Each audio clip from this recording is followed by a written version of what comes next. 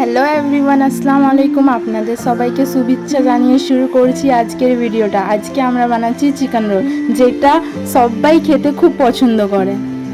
তো আমরা নিয়ে নিচ্ছি কিছু কাঁচা সবজি, দুটো ক্যাপসিকাম যেটাকে আপনার সিমলা মির্চও বলতে পারেন, 6টা পেঁয়াজ, 4-5টা কাঁচা লঙ্কা, ওইগুলোকে আমরা কুচি কুচি করে কেটে নেব। প্রয়োজন মতন মুরগির মাংস, যেটাকে আমরা ভালো করে ধুয়ে রেখে দিয়েছি। ধুয়ে ভালো করে মুরগির মাংসটাকে ভালো করে পিস পিস করে ছোট ছোট করে কাটতে হবে। তারপর এতে আমরা এবার আমরা মুরগির মাংসটাকে মেখে নেব।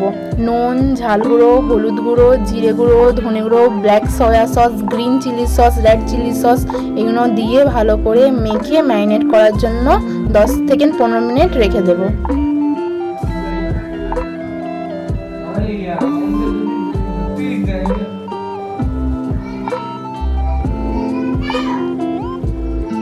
এবার আমরা মেখিয়ে রাখা ময়দা থেকে লেচি কেটে নেব গোল গোল করে। তারপর আমরা সেটাকে গোল গোল করে বেলে ভালো করে এই পিঠ ওই পিঠ করে সেঁকে নেব।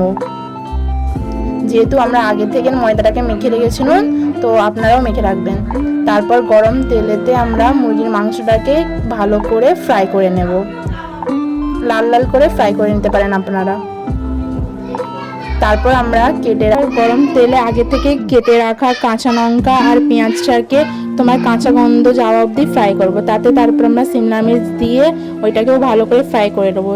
তারপর আগে থেকে আমাদের ফ্রাই করে রাখা মুরগির মাংসটাকেও আমরা তাতে দিয়ে ভালো করে লাড়াচাড়া করে আমরা আমাদের রোলটাকে ভালো করে সাজিয়ে নেবেন। আপনারা আপনাদের মতন করেও সাজাতে পারেন। আমরা ওই পিঠে ধারটে ভালো করে মুরগির মাংসটা দিয়ে কিছু কাঁচা পেঁয়াজ দিয়ে তার উপরে একটু চাট মশলা দিয়ে আর সয়া সস দিয়ে আমরা এটাকে আপনাদের কাছে সার্ভ করছি। আমাদের চ্যানেলটাকে লাইক, সাবস্ক্রাইব আর শেয়ার করবেন আর বেল আইকনটাকেও ক্লিক করে দেবেন।